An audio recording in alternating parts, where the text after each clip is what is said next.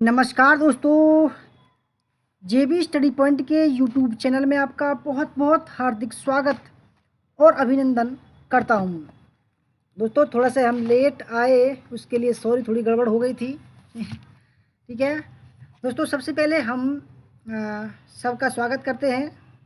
ठीक है, NTA UGC net history. ओहो,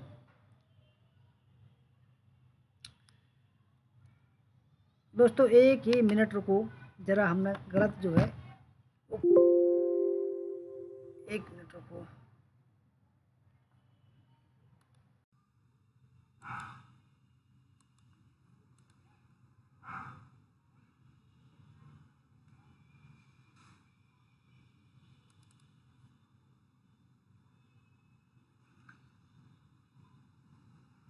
यही है।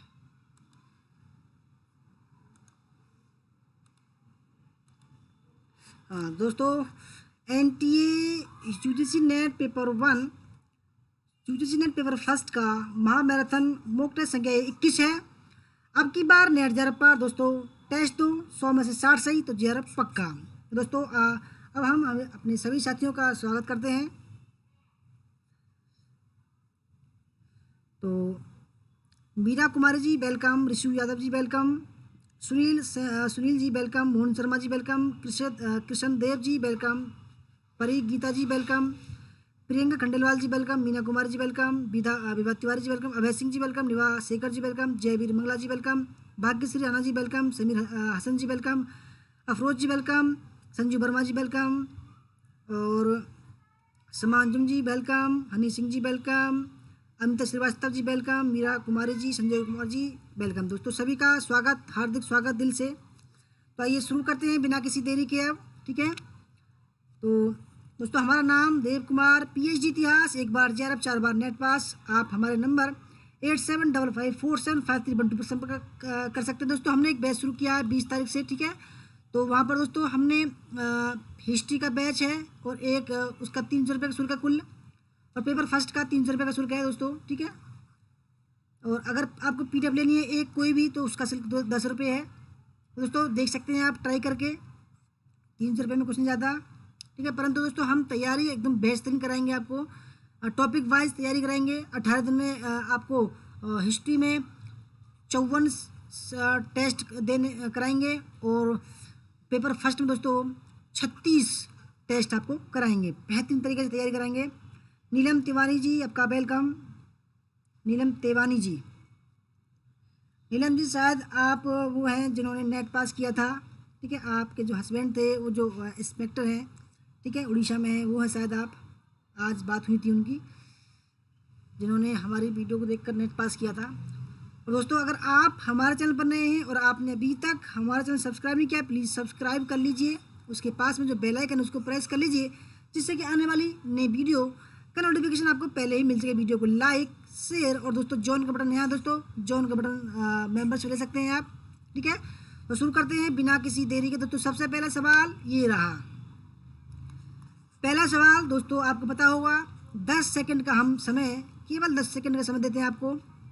तो पहला सवाल है, निम्नलिखित में से छात्रों की अधिगम से संबंधित समस्याओं के समाधान का सबसे उचित उपाय कौन सा है? पहला, कठोर परिश्रम के लिए सुझाव। दूसरा, पुस्तकालय में अध्ययन का निरीक्षण।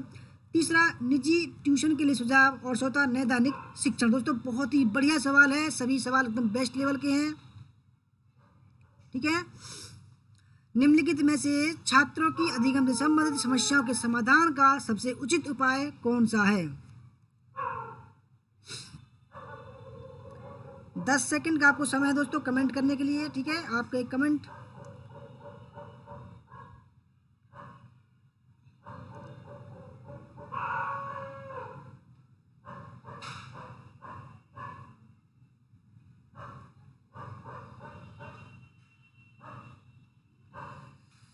दोस्तों हिस्ट्री के जो मैंने जो फीडबैक मांगे थे, केवल 15 सदस्यों ने फीडबैक दिया है। कोई बात नहीं, देखो हो सकता है आगे आप फीडबैक नहीं दे रहे हो, आगे हो सकता है आपको हमारी वीडियो देखने को ना मिले। दोस्तों आपके पास में इतना समय नहीं है कि आप फीडबैक भी दे सकते हो, तो दोस्तों कोई फ़ायदा नहीं है कि हम जो है आपको पब्लिक मोड में वीडियो दिखाएं। ठीक है, आपके पास में बिल्कुल भी समय नहीं है मुझे लगता है। तो दोस्तों सही आंसर है, पहले सवाल का सही आंसर ऑप्शन नंबर बी, पुस्तकालय में अध्ययन का निरीक्षण। ठीक है, दूसरा सवाल आपके सामने, निम्नलिखित में से किस या किन स्थितियों में शिक्षार्थी का भावनात्मक समायोजन प्रभावी होता है? पहला है व्यक्तित्व गठन, कक्षा शिक्षण, अनुशासन, और चौथा है उपरोक्त सभी।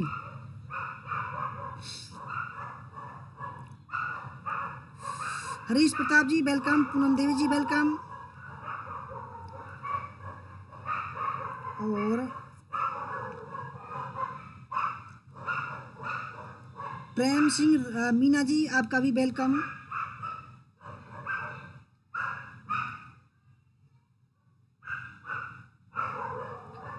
अच्छा जी तिवारी आप विभा जी आप डेली फीडबैक देती हैं। देखो इतने लोग देखते हैं, इतने सदस्य देखते हैं, परंतु उनके पास में 5 मिनट का समय नहीं है। ठीक है,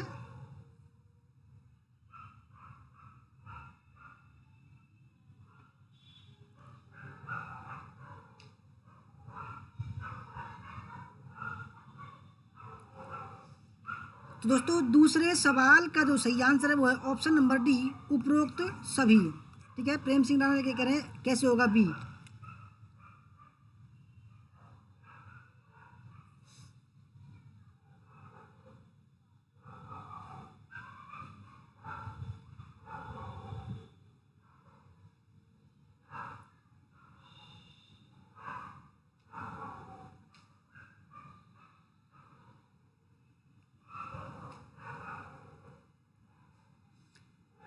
तो दोस्तों नैदानिक शिक्षण जो है, ठीक है, नैदानिक शोध होता है। ठीक है, से नैदानिक शिक्षण नहीं होता है। ठीक है, तीसरा सवाल, निम्नलिखित में से किस व्यक्तित्व को हम मनोविश्लेषण के पिता के रूप में जानते हैं? पहला एरिक एच एरिक्सन, दूसरा जीन पियाजेट, तीसरा जेरोम एस ब्रूनर, और चौथा है सिगमंड फ्रायड।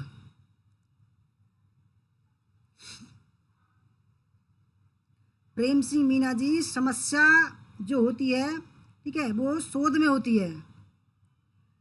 रिसर्च के जो टॉपिक होगा उसमें निदानात्मक रिसर्च होता है। ठीक है, निदानात्मक टीचिंग नहीं होता है।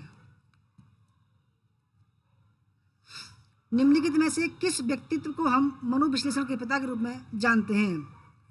दोस्तों तीसरे सवाल का जो सही आंसर है सिगमंड फ्रायड। ठीक है, सिगमंड फ्रायड। चौथा सवाल आपके सामने, निम्नलिखित में से शिक्षण के संज्ञानात्मक सिद्धांत के मुख्य प्रस्तावक कौन है? ठीक है, मैं पहला है N.L. गेज, शिव कुमार मित्रा, V.F. स्किनर, और मैकडोनाल्ड। ठीक है,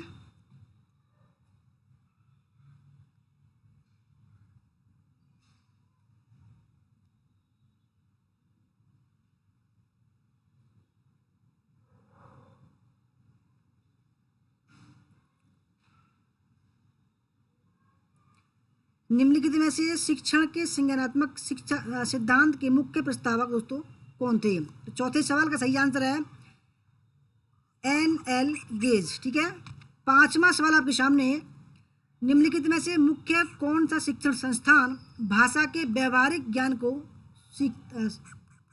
सिखाता है? ठीक है, पहला विद्यालय, भाषा प्रयोगशाला, भाषा शिक्षण, और भाषा अनुदेश। प्रीति पूजा कुमारी जी वेलकम।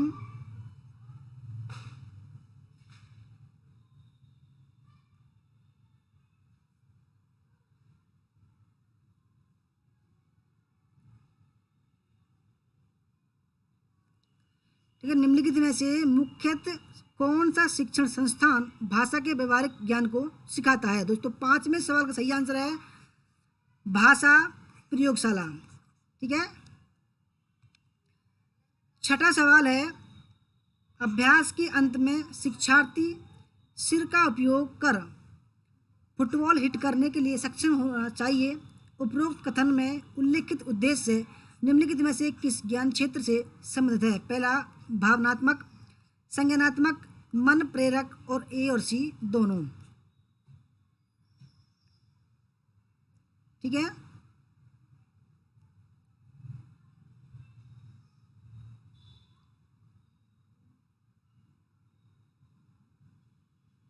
तो दोस्तों छठे सवाल का जो सही आंसर है वो ऑप्शन नंबर सी, मन प्रेरक। ठीक है। सातवां सवाल आपके सामने है, छात्र के वातावरण को इस प्रकार से नियोजित या व्यवस्थित करना ताकि उसके व्यवहार के परिणामों के बारे में यथासंभव सटीक भविष्यवाणी की जा सके। पहला, इस कथन में निहित उद्देश्य को सुनिश्चित करने के लिए कौन से शब्द प्रयुक्त किए जा सकते हैं। दूसरा, प्रोत्साहन। तीसरा, सुदृढ़ीकरण। तीसरा, आकार देना। और चौथा है उद्दीपन नियंत्रण।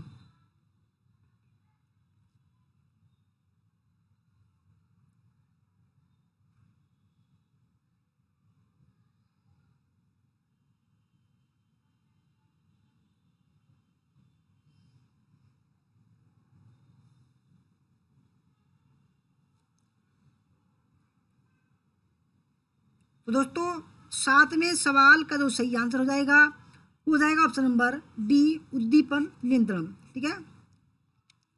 आठवां सवाल आपके सामने है, यह वे चर हैं जिनका एक शोधकर्ता यह आकलन करने के लिए चयन करता है कि उनका दूसरे चर या चरों पर क्या प्रभाव रहता है। आश्रित, स्वतंत्र, बाहरी या उपरोक्त में से कोई नहीं।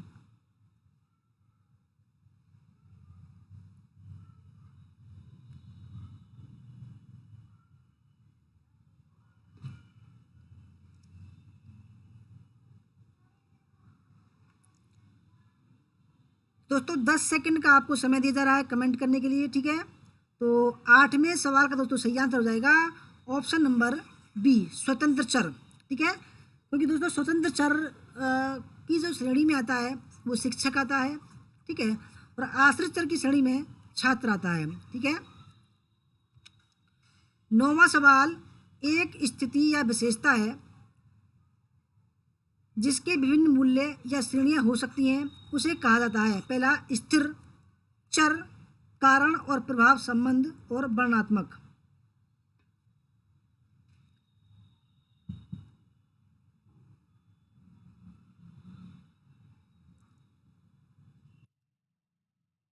विभा शेखर जी वेलकम। प्रियंका खंडेलवाल जी वेलकम आपका।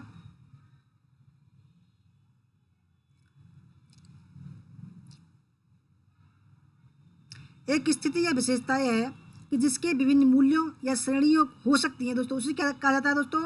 और नौवें सवाल का सही आंसर है चर। क्या होता है दोस्तों, चर। चर। 10वां सवाल आपके सामने है, निम्नलिखित में से मात्रात्मक चर का उदाहरण कौन सा है। पहला,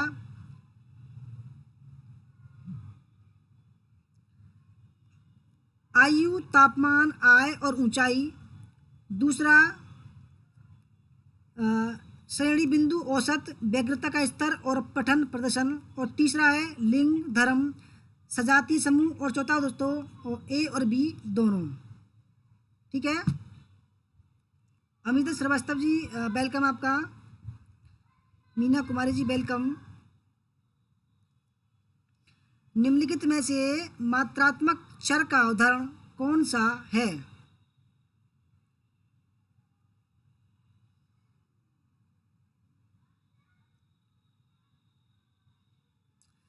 तो दोस्तों सही आंसर है 10वें का ऑप्शन नंबर डी, यानी कि पहला और दूसरा।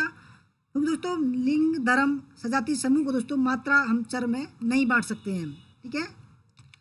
11वां सवाल आपके सामने, अनुसंधान में जिसका मूल्य परिवर्तित नहीं होता उसे क्या कहा जाता है। एक, परिवर्तनीय है, विधि, स्थिर और उपरोक्त में से कोई नहीं। अनुसंधान में जिसका मूल्य परिवर्तित नहीं होता उसे क्या कहा जाता है।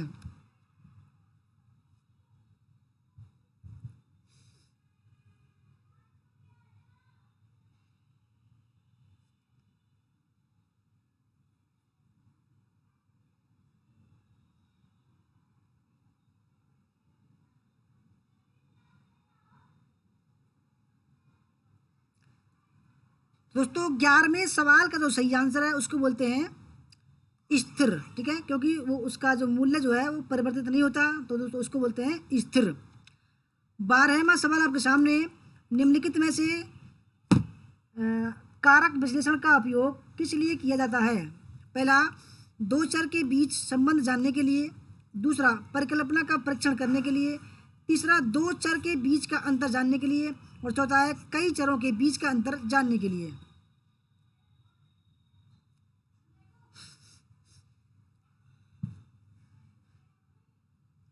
निम्नलिखित में से कारक विश्लेषण का उपयोग किस लिए किया जाता है? दोस्तों, कारक विश्लेषण का जो उपयोग किया जाता है वो ऑप्शन नंबर 4, कई चरों के बीच का अंतर जानने के लिए किया जाता है। 13वां सवाल आपके सामने, चर जो दूसरे चरों में परिवर्तन का कारण बनता है क्या कहलाता है? निरपेक्ष चर, आश्रित चर, स्वतंत्र चर या मध्य चर?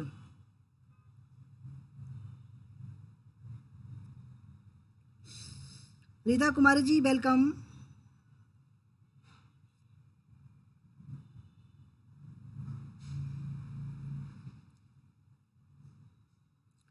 तो चर जो दूसरे चरों में परिवर्तन का कारण बनता है दोस्तों, क्या हो जाएगा इसका? Option number C. क्योंकि दोस्तों जो शिक्षक होता है, ठीक है, शिक्षक जो होता है दोस्तों छात्रों में जो है परिवर्तन का कारण बनता है। ठीक है, आप समझ रहे होंगे।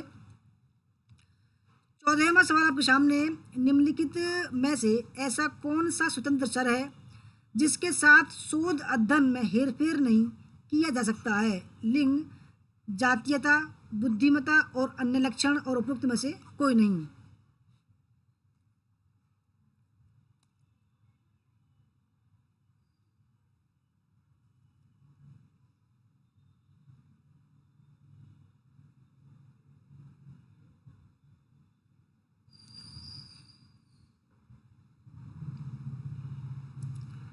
तो दोस्तों ऐसा कौन सा स्वतंत्र चर है जिसके साथ शोध अध्ययन में हेरफेर नहीं किया जा सकता? दोस्तों सही आंसर इसका ऑप्शन नंबर डी, उपयुक्त में से कोई नहीं। क्योंकि दोस्तों मैंने बताया था स्वतंत्र चर की श्रेणी में शिक्षक आता है। ठीक है, इसमें शिक्षक वाली, तीनों में शिक्षक वाली कोई बात है ही नहीं। 15वां सवाल, किसी प्रयोगात्मक अभिकल्प में आश्रित चर किसे कहते हैं? पहला, जिसमें कोई भी परिवर्तन किया जा सकता है। दूसरा, जिसमें कोई भी परिवर्तन नहीं किया जा सकता है। ऑप्शन सी, ए और बी। ऑप्शन नंबर 4, उपरोक्त में से कोई नहीं।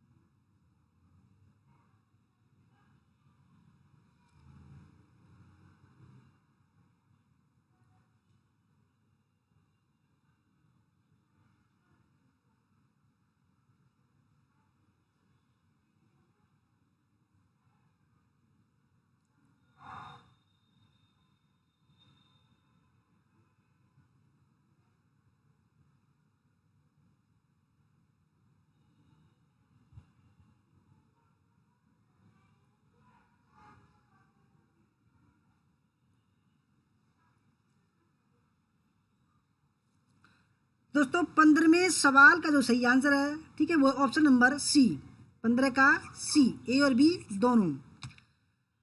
16वां सवाल, यह वह चर है जिसका मूल्य दूसरे चर से प्रभावित होता है। स्वतंत्र चर, आश्रित चर, स्वतंत्र या निर्भर। ऑप्शन नंबर 4, न तो स्वतंत्र और न ही निर्भर।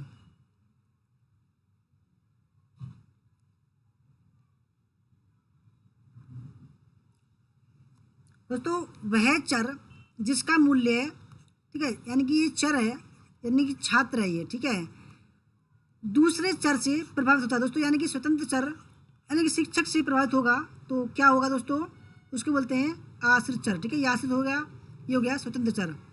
तो ऑप्शन नंबर 20 का राइट आंसर हो जाएगा। आज 56 सवाल हैं। सहमा जी आपका वेलकम।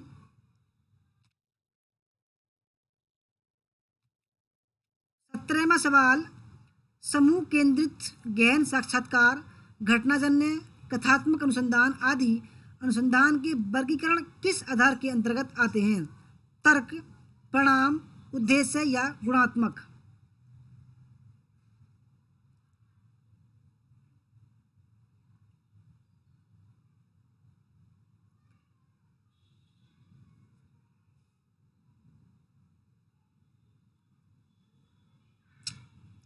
तो दोस्तों सही आंसर है ऑप्शन नंबर डी, गुणात्मक। ठीक है।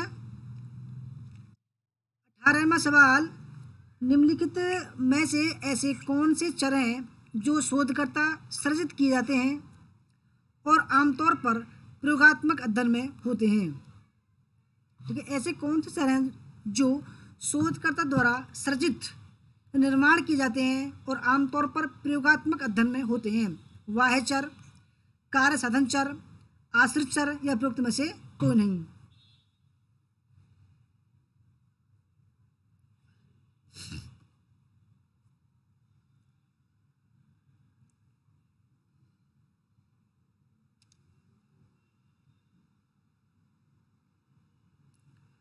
तो दोस्तों सही आंसर है कार्य साधन चर। 19वां सवाल आपके सामने, एक परीक्षण यह जानने के लिए किया जाता है कि सोने के अभाव का स्मृति पर क्या प्रभाव पड़ता है। ठीक है, सोने के अभाव का स्मृति पर क्या प्रभाव पड़ता है। इस प्रयोग में आश्रित चर हैं। पहला, जितने घंटे शिक्षार्थी नींद के बिना रहता है। दूसरा, स्मृति स्कोर। तीसरा, प्रयोगात्मक समूह में जितने शिक्षार्थी बिना नींद के रहे। और चौथा, नींद के घंटों और थकान के बीच सहसंबंध।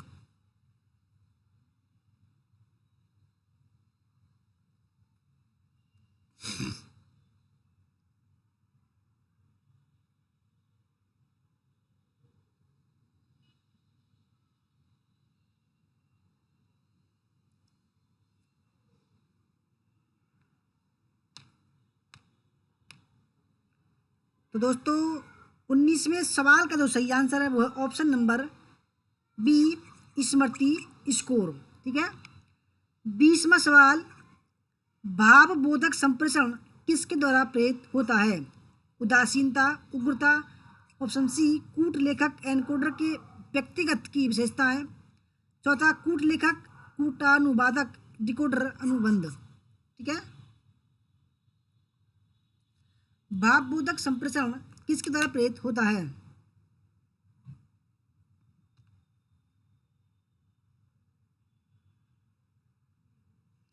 भावबोधक संप्रेषण किसके द्वारा प्रेरित होता है।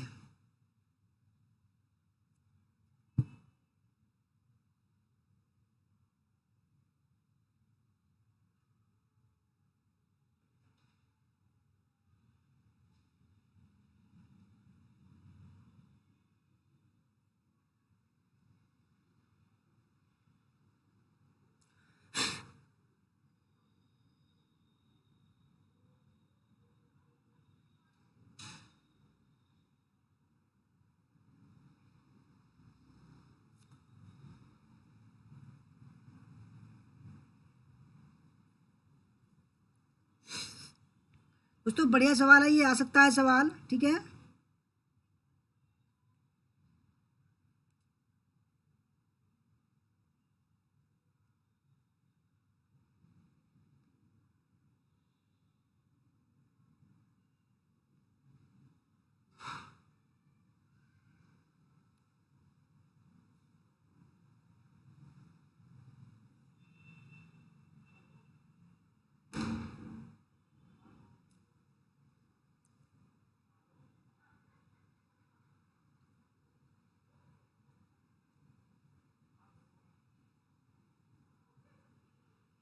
बढ़िया सवाल दोस्तों, आपके कमेंट में देख रहा हूँ कि आपको इस सवाल का आंसर पता है या नहीं है।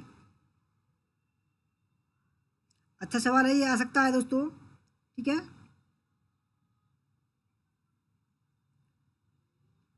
दोस्तों सही आंसर है 20वें का ऑप्शन नंबर सी। ठीक है, कूट लेखक एनकोडर के व्यक्तित्व की विशेषताएं। ठीक है, ऑप्शन नंबर सी। किन किन ने सही दिया आंसर मैं देखता हूँ। 20 का सी सभी ने सही दिया है वैसे तो। ठीक है, वेरी गुड। अच्छा, 21वां सवाल, सकारात्मक कक्षा संप्रेषण का परिणाम निम्नलिखित में से क्या होता है। दबाव, अपपीड़न, समर्पण, आमना सामना या अनुनय।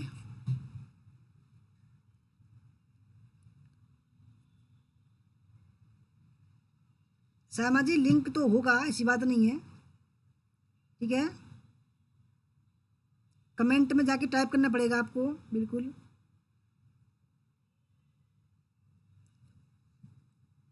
दोस्तों 21वें सवाल का सही आंसर है ऑप्शन नंबर डी, अनुनय। 22वां सवाल, कक्षा संप्रेषण किसका आधार है? सामाजिक पहचान का, वाह निरर्थकताओं का, पूर्वाग्रही उदासीनता का या सामूहिक उग्रता का?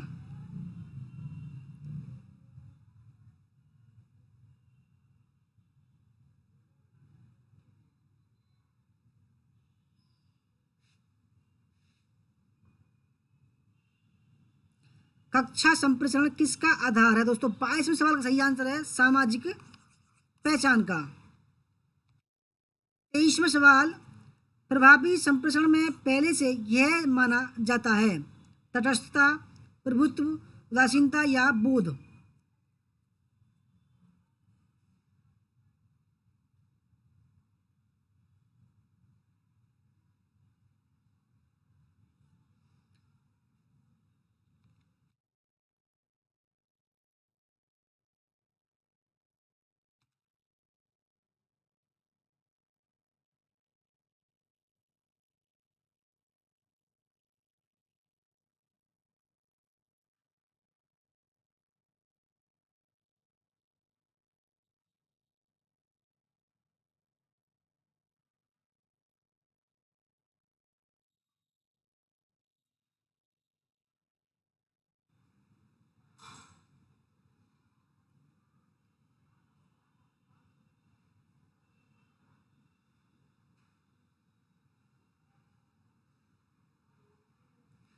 अनुनय का अर्थ होता है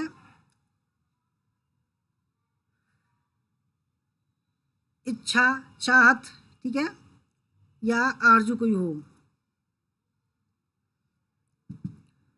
तो दोस्तों तो 23वें सवाल का सही आंसर है अंडरस्टैंड या बोध, ठीक है। 24वां सवाल आपके सामने, जब मौखिक तथा अमौखिक संदेश परस्पर विरोधी है तो यह कहा जाता है कि अधिकांश लोग विश्वास करते हैं। पहला, अनियत संदेशों में, मौखिक संदेशों में, अमौखिक संदेशों में या उग्र संदेशों में? दोस्तों आप जब कमेंट करते हैं तो मेरे पास में 1 मिनट बाद में आता है आपका कमेंट, ठीक है, ये ना समझें।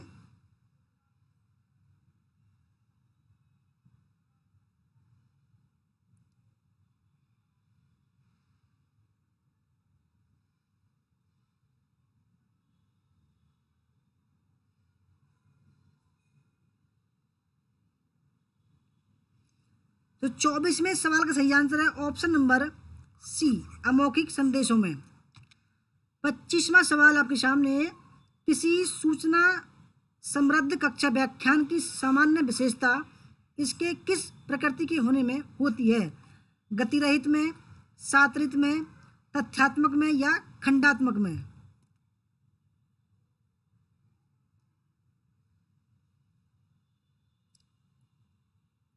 मोनिका जी वेलकम।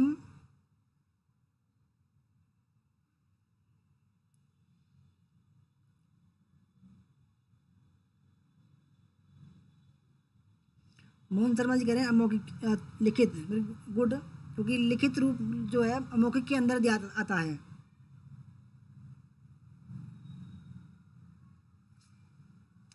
दोस्तों 25वें का सही आंसर है तथ्यात्मक, ठीक है। 26वां सवाल आपके सामने, URL का पूर्ण रूप क्या है? Uniform resource library, uniform resource locator, United resource library, option number 4 United resource locator. Shaitan Singh ji आपका वेलकम। ज्योति बब्बर जी वेलकम आपका।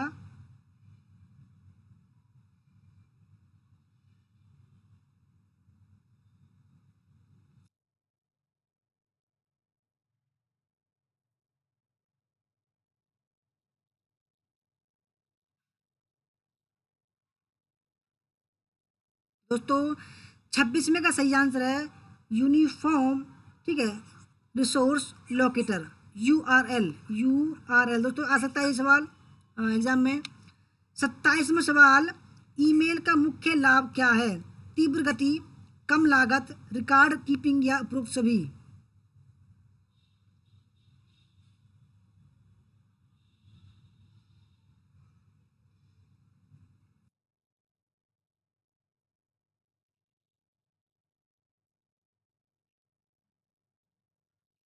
दोस्तों ईमेल का जो मुख्य लाभ है वो ऑप्शन नंबर डी, उपरोक्त सभी। ठीक है। 28वां सवाल, निम्नलिखित में से कौन www के लिए मानकीकृत पहुंच प्रदान करता है?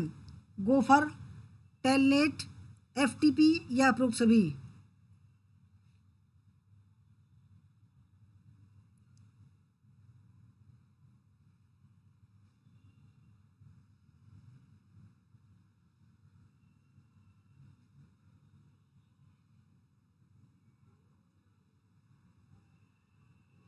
दोस्तों सही आंसर है ऑप्शन नंबर डी, उपरोक्त सभी।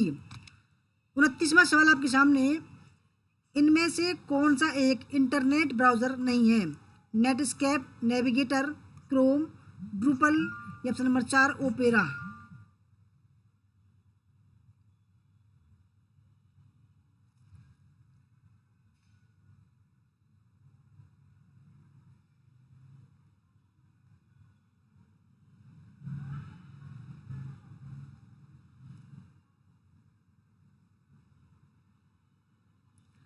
दोस्तों सही आंसर है, जो ब्राउज़र नहीं है, ठीक है, वो है ड्रूपल, सी। 30वां सवाल आपके सामने, वर्ल्ड वाइड वेब क्या है? एक कंप्यूटर खेल, एक सॉफ्टवेयर प्रोग्राम, तीसरा इंटरनेट का वह भाग जो परस्पर जुड़े हुए पेजों के माध्यम से सूचना प्रदान करना सक्षम बनाता है। ऑप्शन नंबर 4 इंटरनेट का दूसरा नाम।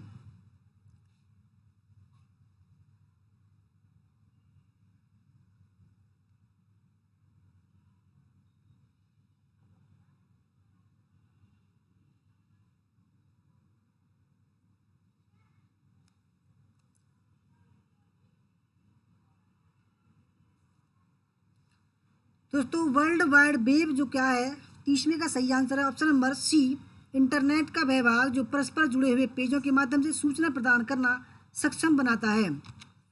31वां सवाल आपके सामने, निम्नलिखित में से कौन एक सर्च इंजन है? मैक्रोमीडिया, फ्लैश, गूगल, नेटस्केप या ऑप्शन नंबर 4 इंटरनेट से पुस्तकालय सूचकांक? पूनम कुमारी जी वेलकम।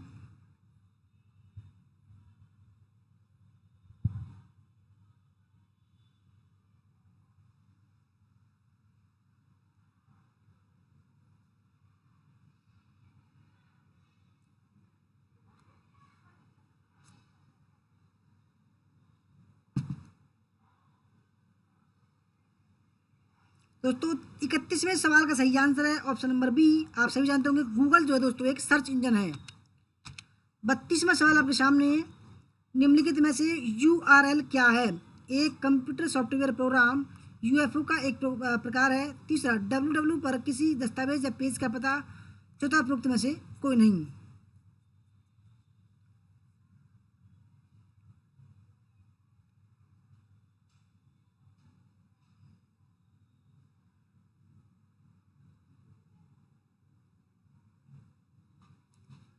दोस्तों URL यूनिफॉर्म रिसर्च लोकेटर दोस्तों सही आंसर है ऑप्शन नंबर सी, www पर किसी दस्तावेज या पेज का पता लगाने के लिए इसका यूज करते हैं।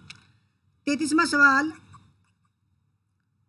HTTP www.classzone.com किसका एक उदाहरण है? URL, एक्सेस कोड, डायरेक्टरी या सर्वर का?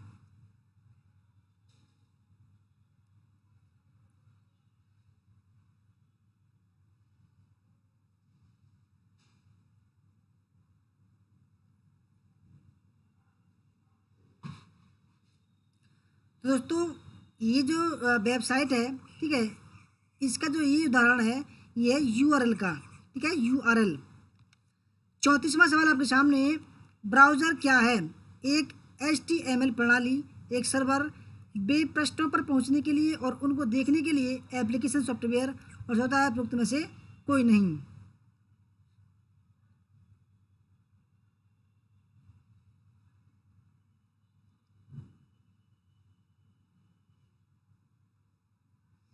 ब्राउज़र क्या है, ठीक है।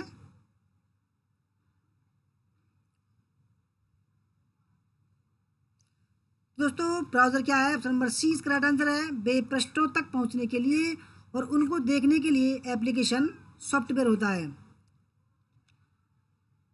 35वां सवाल आपके सामने, एक चैट प्रोग्राम को जो वास्तविक समय में इंटरनेट के माध्यम से लोगों के बीच संवाद करना सुगम बनाता है।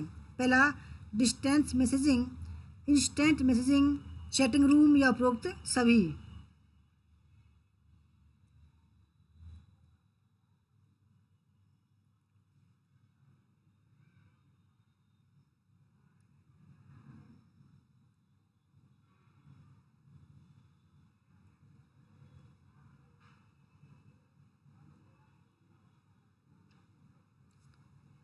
दोस्तों 35 का जो सही आंसर है, ठीक है, वो option number B, instance messaging.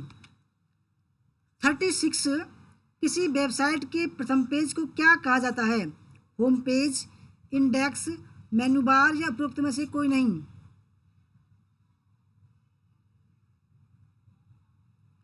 किसी वेबसाइट के प्रथम पेज को क्या कहा जाता है।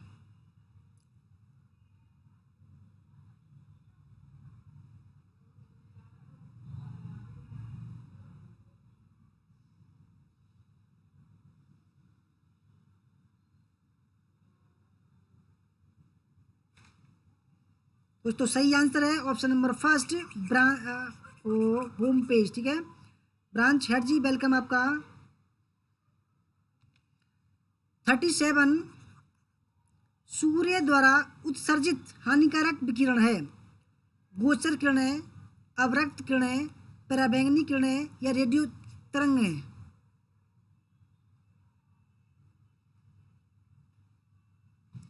सूर्य द्वारा उत्सर्जित हानिकारक विकिरण है।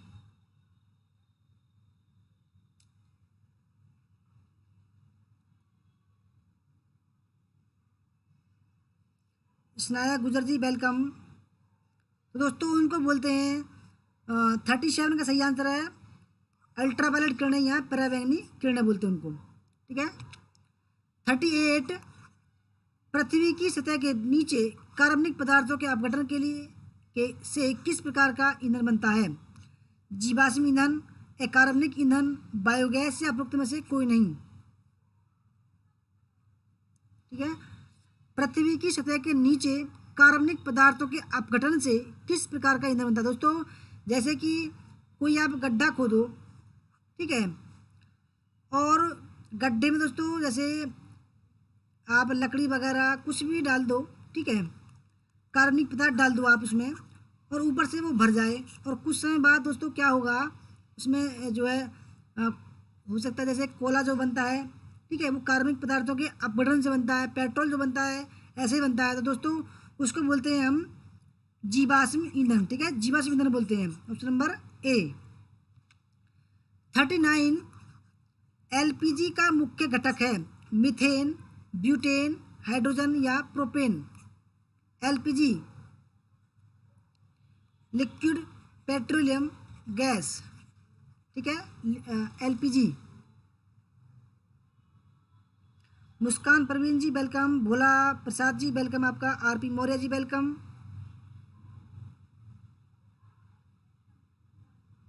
वेरी गुड सैमा जी कोयला, आपने सही आंसर दिया।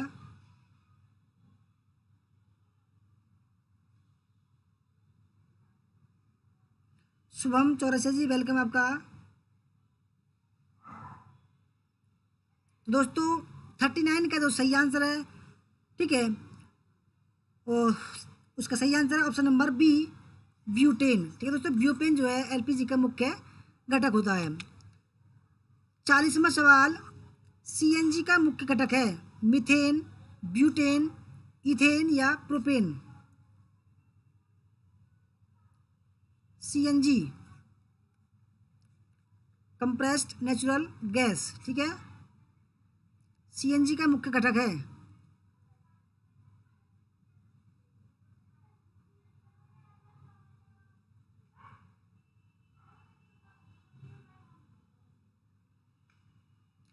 सीएनजी का मुख्य घटक है?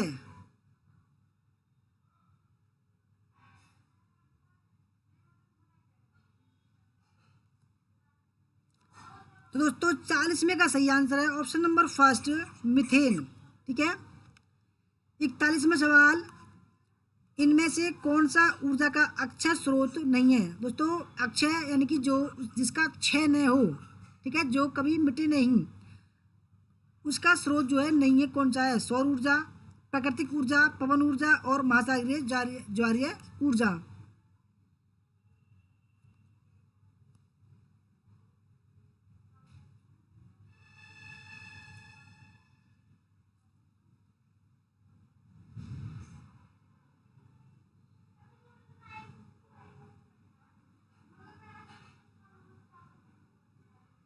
अलका सिंह जी वेलकम। दोस्तों अक्षय यानी कि प्राकृतिक जो स्रोत नहीं है, ठीक है, यानी कि जिसका क्षय अ, हो जाए, ठीक है, वो है प्राकृतिक गैस। ठीक है। और सौर ऊर्जा दोस्तों उसको कभी खत्म नहीं होगी, पवन ऊर्जा कभी कभी खत्म नहीं होगी, और महासागरीय जो ज्वार भट्टा जो होता है दोस्तों, उससे बनने वाली जो ऊर्जा है वो कभी खत्म नहीं होगी। 42, निम्नलिखित में से कौन सा विकिरण त्वचा की समस्या पैदा कर सकता है? इंफ्रारेड, पराबैंगनी, गामा किरणें या उपरोक्त में से कोई नहीं?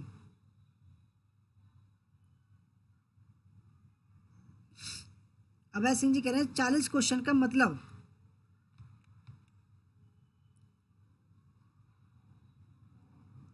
सीएनजी जो है सीएनजी का मुख्य घटक, ठीक है, मीथेन गैस होती है, जिसका जो 75 से 98% की मात्रा होती है उसमें, ठीक है, जो सिलेंडर में भरी जाती है। ठीक है जी, किससे मिलकर बनी होती है? ठीक है, मीथेन गैस से बनी होती है।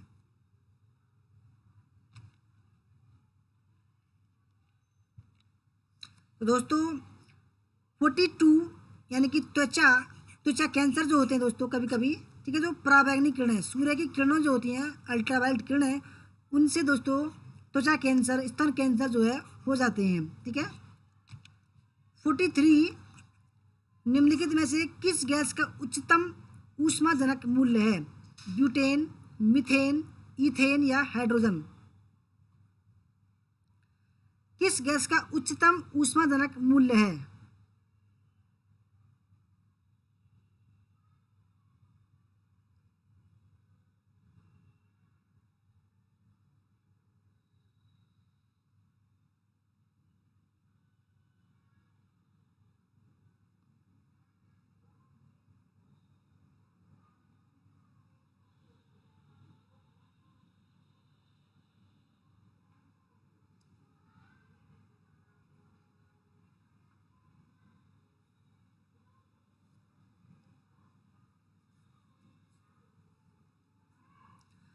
तो दोस्तों सही आंसर है 43 का ऑप्शन नंबर डी, हाइड्रोजन। ठीक है। 44, एक सौर सेल परिवर्तित करता है? पहला, उष्ण ऊर्जा को विद्युत ऊर्जा में। दूसरा, सौर ऊर्जा को विद्युत ऊर्जा में। तीसरा, उष्ण ऊर्जा को प्रकाश ऊर्जा में। और चौथा, सौर ऊर्जा को प्रकाश ऊर्जा में। दोस्तों सौर सेल यानी कि जो कहते हैं ना कि यानी कि जो आजकल जो प्लेट आ रही है, सौर प्लेट ऐसे वाली, ठीक है, आप कहीं भी लगा सकते हैं, उससे जो डायरेक्ट बैटरी चार्ज होती है, बैटरी चार्ज दोस्तों फिर आप इन्वर्टर से कनेक्ट कर सकते हैं।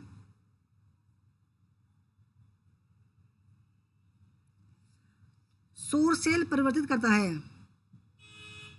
दोस्तों। 44 का सही आंसर है सौर ऊर्जा को विद्युत ऊर्जा में। ठीक है, सौर ऊर्जा को विद्युत ऊर्जा में करता है।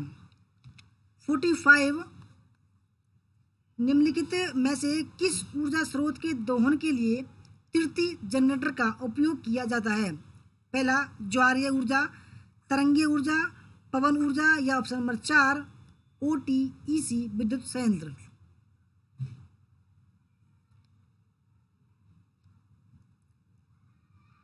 चरणजीत कौर जी वेलकम।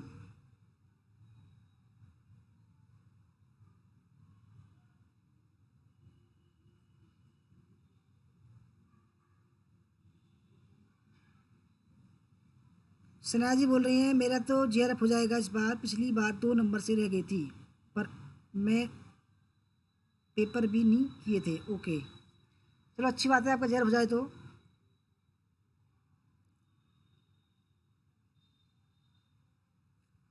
दोस्तों 45 का जो सही आंसर वो है तरंगीय ऊर्जा। ठीक है। 46 भूप्रवार में मेंटल ऑफ अर्थ, मेटल। ठीक है दोस्तों, मेटल जो होता है आप समझते होंगे, मेटल इसमें पिघला हुआ पदार्थ गैसों के साथ मिला जाता है, उसको क्या कहा जाता है? लिथो, लावा, गीजर या मैग्मा?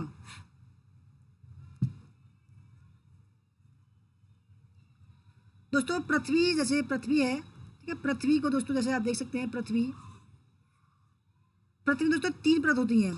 ठीक है, 3 परत, 1 परत, 2 परत और 3 परत। दोस्तों ये जो होता है, ये होता है मेटल। ठीक है, जिसमें निकिल और लोहा होता है। ठीक है दोस्तों, सही उसको बोलते हैं मैग्मा। ठीक है, उसको बोलते हैं दोस्तों मैग्मा। 47 अपशिष्ट पदार्थों से विद्युत उत्पादन की विधि को क्या कहा जाता है? पायरोलिसिस, लैंडफिल, डंपिंग या उपरोक्त में से कोई नहीं? अपशिष्ट पदार्थों से विद्युत उत्पादन की विधि को क्या कहा जाता है? यानी दोस्तों जो पदार्थ काम के नहीं रह जाते उनको हम फेंक देते हैं, ठीक है, उनसे विद्युत उत्पादन करने की विधि को क्या कहा जाता है?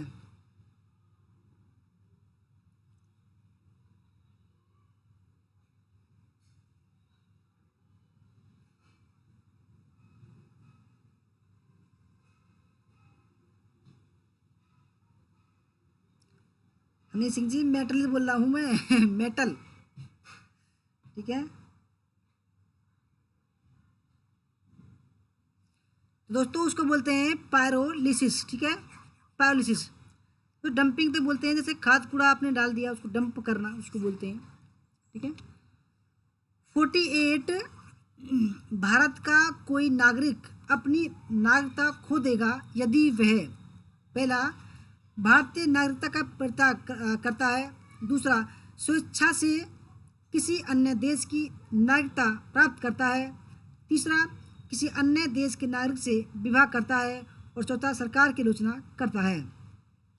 भारत का कोई नागरिक अपनी नागरिकता खो देगा यदि वह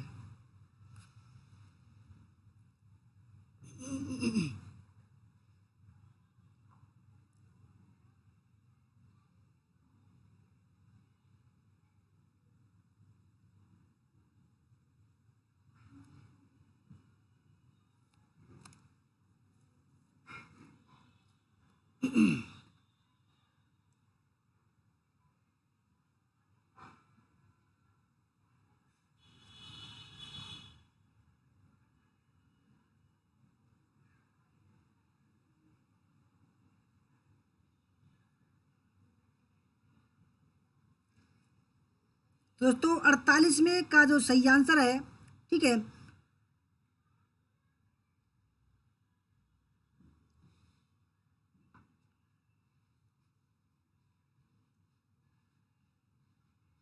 ऑप्शन नंबर फर्स्ट, पहला ठीक है, दूसरा ठीक है और तीसरा ठीक है।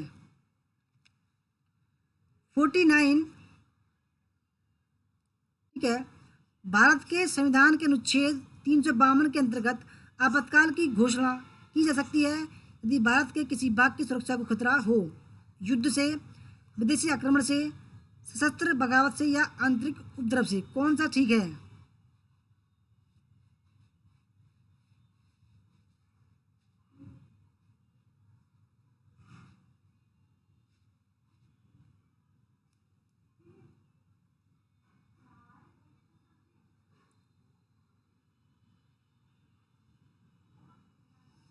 तो दोस्तों 49 में का सही आंसर है ऑप्शन नंबर फर्स्ट, युद्ध से, विदेशी आक्रमण से और सशस्त्र बगावत से।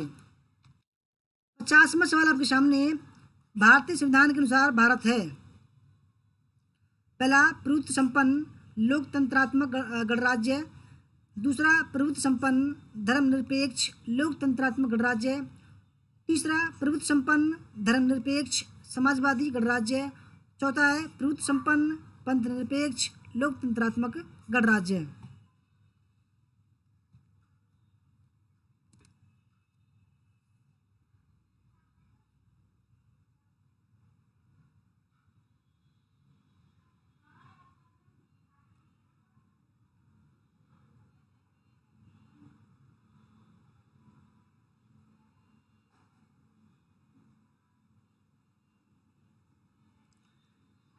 संजू वर्मा जी कह रही हैं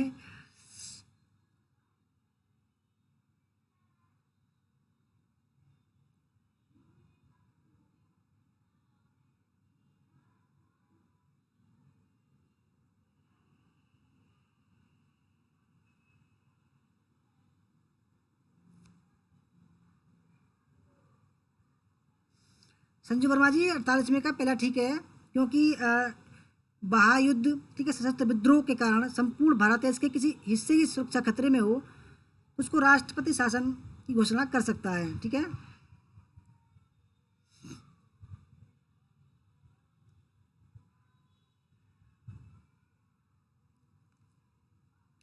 दोस्तों 50वें सवाल का जो सही आंसर है, ठीक है, वो है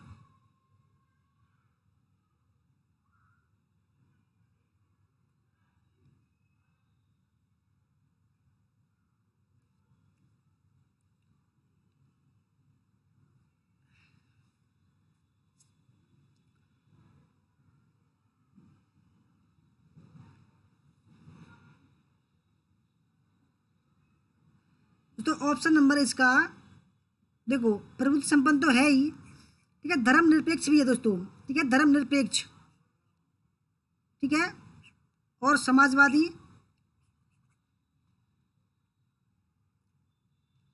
ठीक है। ऑप्शन नंबर इसका जो है सी जो है वो ठीक हो जाएगा, ठीक है, सी प्रभुत्व संपन्न धर्मनिरपेक्ष। डी गलत है क्योंकि पंथ निरपेक्ष नहीं है, ठीक है।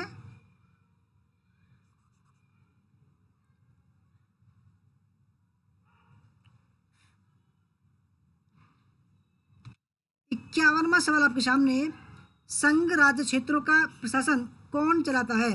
उपराज्यपाल, राष्ट्रपति द्वारा नियुक्त प्रशासक, मुख्यमंत्री और उपरोक्त सभी।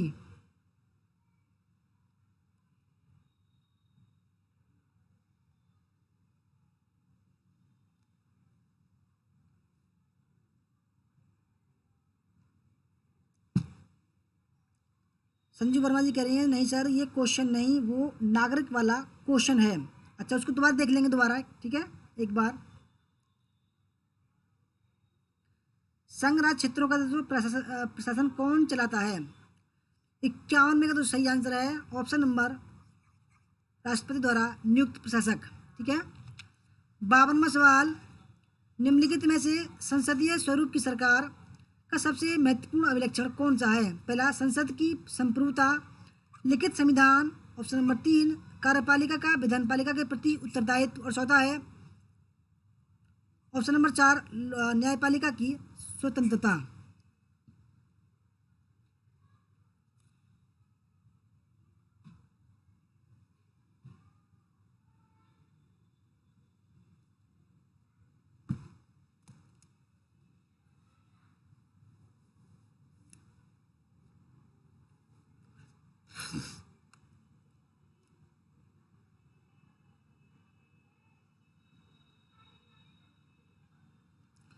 दोस्तों 52वें सवाल का जो सही आंसर है, ठीक है, वो है ऑप्शन नंबर बी लिखित संविधान, ठीक है, क्योंकि हमारा देश का दोस्तों क्या है, लिखित संविधान है और इसी की जो है दोस्तों संप्रभुता है। 53, निम्नलिखित में से भारतीय संसद के कौन से अवयव हैं? केवल लोकसभा, राज्यसभा, लोकसभा और Rajya Sabha, option number D Lok Sabha, Rajya Sabha और राष्ट्रपति।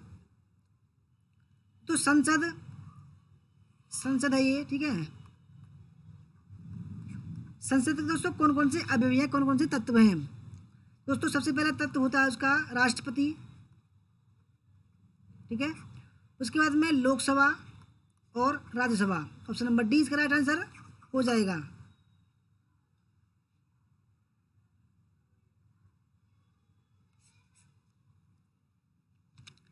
54वां सवाल आपके सामने है, संसदीय स्वरूप की सरकार में राज्य की वास्तविक शक्तियां निम्नलिखित में से किस में निहित हैं? ठीक है,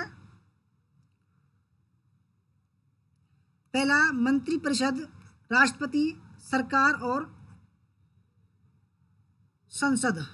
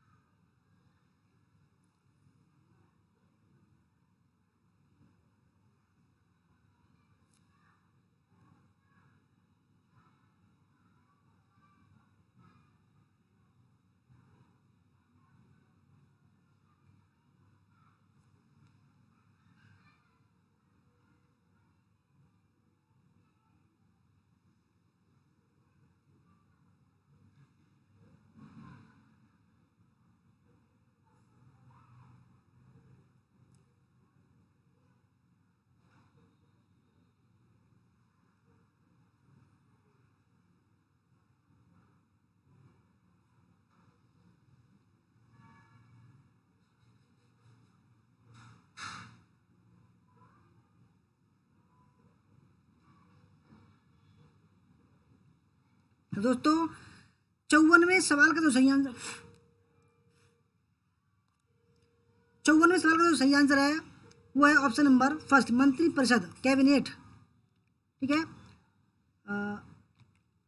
55वां सवाल, लोकसभा और राज्यसभा की अधिकतम शक्ति क्रमशः यानी कि कितने सदस्य होते हैं?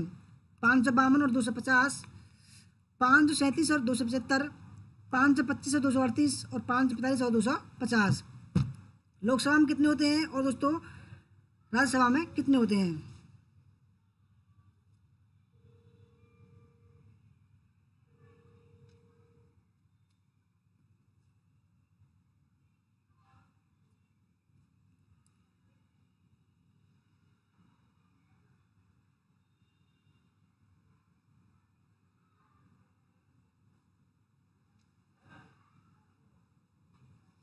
दोस्तों सही आंसर है इसका ऑप्शन नंबर फर्स्ट, क्योंकि लोकसभा में 552 और राज्यसभा में होती हैं 250। ठीक है दोस्तों, हमारा लास्ट सवाल है 56वां सवाल, राष्ट्रपति द्वारा प्रख्यात एक अध्यादेश है। पहला, 2 माह के बाद स्वतः कालातीत हो जाता है। ठीक है, दूसरा, जब तक प्रभावी रहेगा जब तक संसद के एक अधिनियम द्वारा प्रतिस्थापित न हो जाए। तीसरा, 6 महीने के अंतराल के बाद स्वतः ही एक कानून बन जाएगा। चौथा, संसद के अधिवेशन के 6 सप्ताह की समाप्ति पर स्वतः कालातीत हो जाएगा। तो कालातीत मतलब होता है दोस्तों समाप्त हो जाना।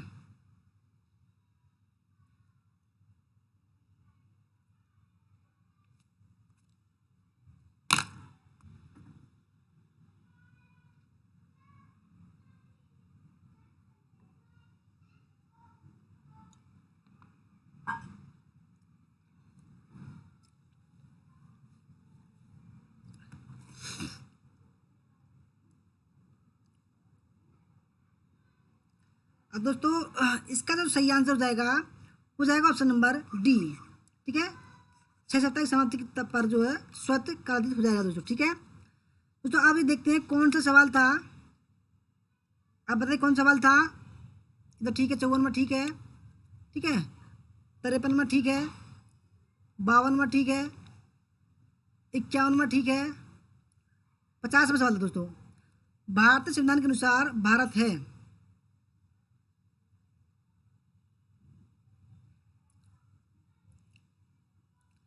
दोस्तों प्रभुत्व संपन्न तो है ही। ठीक है,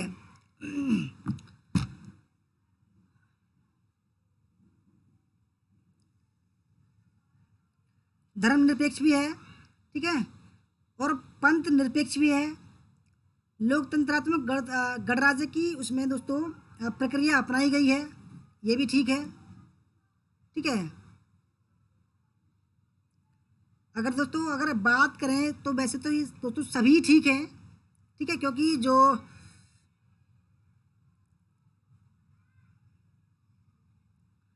दोस्तों मेरे सामने देखो, हम भारत के लोग भारत को एक संपूर्ण प्रभुत्व संपन्न समाजवादी, ठीक है, पंथ निरपेक्ष, ठीक है, और लोकतंत्रात्मक गणराज्य बनाने के लिए तथा इसके समस्त नागरिकों को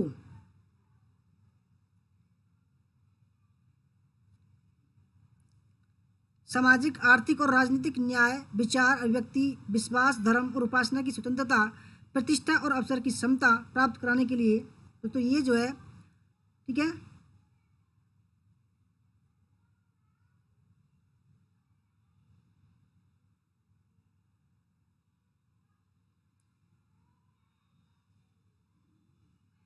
लोकतंत्रात्मक दोस्तों क्या अंतर है कि संविधान की प्रस्तावना में लोकतांत्रिक शब्द का इस्तेमाल बृहद रूप से किया गया है, जिसे न केवल राजनीतिक लोकतंत्र बल्कि सामाजिक व आर्थिक लोकतंत्र को भी शामिल किया गया है। वैश्य मताधिकार, सामाजिक चुनाव, कानून की सर्वोच्चता, न्यायपालिका की स्वतंत्रता, भेदभाव का अभाव भारतीय राज्य व्यवस्था के लोकतांत्रिक लक्षण के स्वरूप हैं। गणतंत्र प्रस्तावना में गणराज्य का शब्द का उपयोग इस विषय पर प्रकाश डालता है कि दो प्रकार की लोकतांत्रिक व्यवस्थाओं में वंशागत लोकतंत्र तथा लोकतंत्रीय गणतंत्र से भारतीय संविधान के अंतर्गत लोकतंत्रीय गणतंत्र को अपनाया गया है।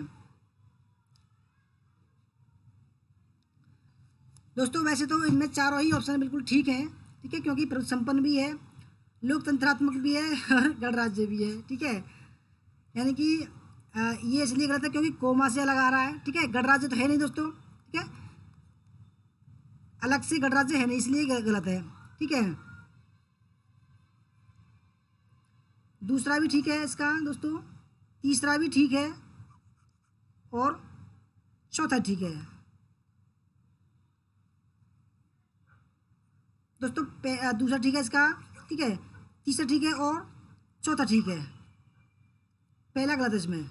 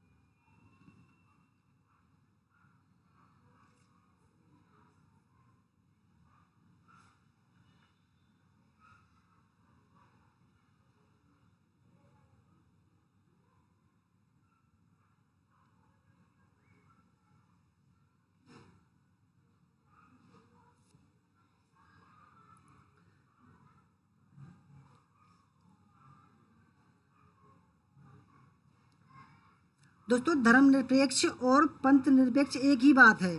ठीक है, क्योंकि धर्म और पंथ एक ही होता है।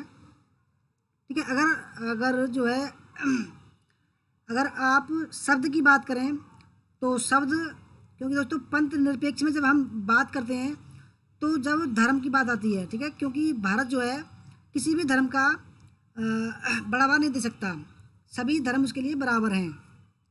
ठीक है,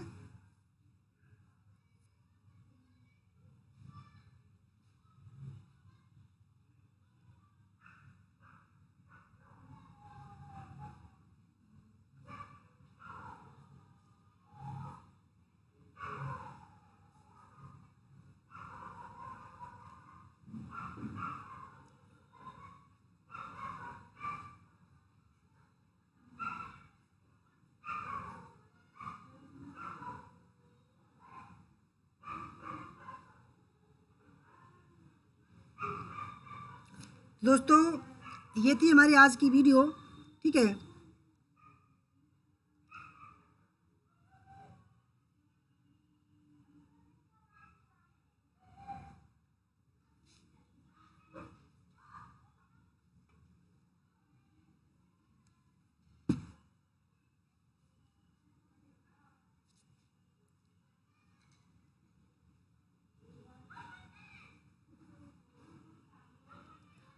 ठीक है दोस्तों, इसमें आपको जो जो सबसे ज़्यादा लग रहा है, ठीक है, मुझे भी, क्योंकि प्रभुत्व संपन्न भी है, ठीक है, और पंथ निरपेक्ष। अगर शब्द की बात करें तो शब्द की बात करें तो जो है डी जो है सबसे ज़्यादा सही होगा इसका, ठीक है, डी। क्योंकि दोस्तों अगर शब्द में शब्द की बात करें तो ये दूसरे, तीसरा और चौथा ठीक होगा।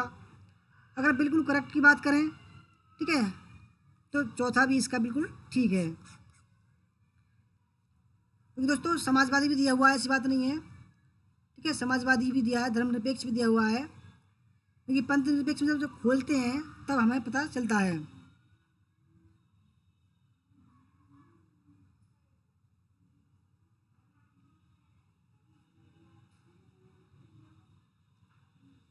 दोस्तों धन्यवाद वीडियो देखने के लिए। अगर आप दोस्तों आज की वीडियो में दोस्तों अगर फीडबैक देंगे तो अच्छा होगा, ठीक है।